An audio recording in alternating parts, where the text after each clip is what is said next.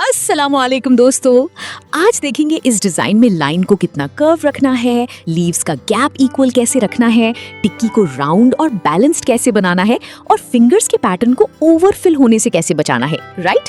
Okay, step 1। सबसे पहले हाथ के दरमियान में हल्का सा मार्क करके एक टिक्की बनाएंगे, फिर इसे नीटली फिल कर लेंगे।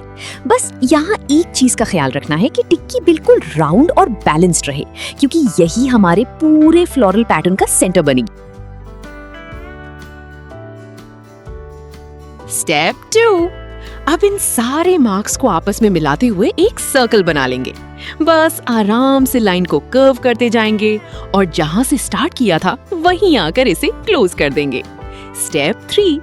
अब इस सर्कल के ऊपर पत्तियां बनाएंगे और देखेंगे कि इस गोल कर्व को पत्तियों के साथ कैसे कंप्लीट करना है। देखो, एक डॉट लगाएंगे और फिर उसे नीचे लाइन से मिला देंगे, दोबारा एक डॉट और नीचे मिला देंगे। कितनी खूबसूरत पत्ती बनी है। इस तरह दोनों तरफ पत्तियां बनाएंगे। यहाँ एक प्रोफेशनल टिप नोट करो। देखो, जब भी पहली पत्ती कंप्लीट करोगे तो उसके नीचे से दूसरी पत्ती शुरू करनी है। अच्छा, और याद रखना, पहली और दूसरी पत्ती के दरमियान बिल्कुल थोड़ा सा गैप लाजमी होना चाहिए, ताकि अगर मेहंदी फैल जाए तो दोनों पत्तियां आपस में मिल ना जाएं। और अगर तुम चाहती हो कि गोलाई बिल्कुल परफेक्ट रहे तो पहले वाली पत्ती को गाइडलाइन बनाकर उसके पीछे पीछे सारी पत्तियां बनाती रहो।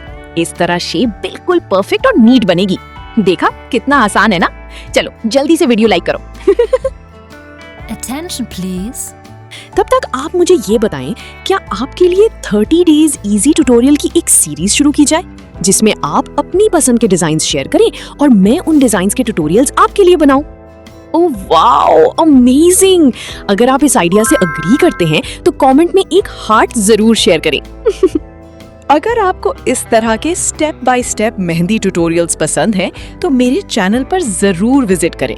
वहां ऐसे बहुत सारे आसान और खूबसूरत डिजाइन पहले से मौजूद हैं। स्टेप 4। अच्छा, अब फिंगर्स का डिजाइन स्टार्ट करते हैं। ये वाला हिस्सा तो बहुत ही आसान है। अंगूठे पर लाइंस बना लेंगे और लाइन के ऊपर हम्प्स बना लेंगे। है ना आसान? अब इसे यहाँ भी बना लेंगे।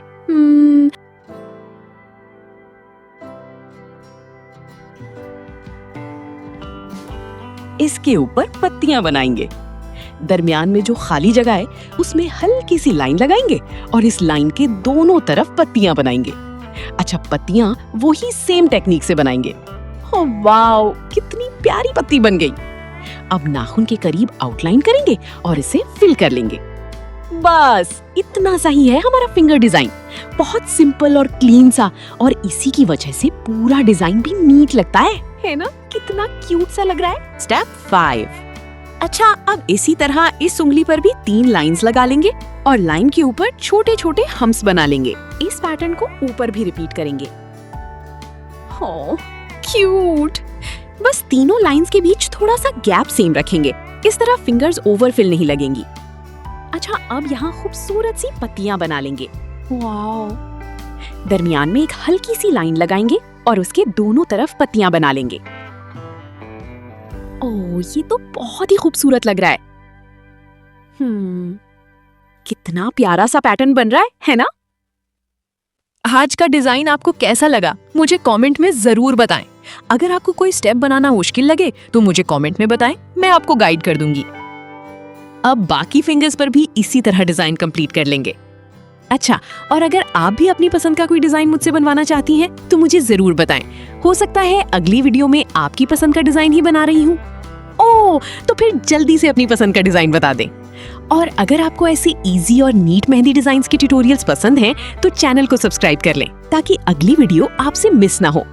अच्छा, और जाते जाते मुझे ये बताएं, क्या आप चाहेंगी कि हम 30 डेज इजी ट्यूटोरियल की एक सीरीज शुरू करें, जिसमें आप अपनी पसंद के डिजाइन्स बताएं और मैं वो डिजाइन्स बनाकर दिखाऊं?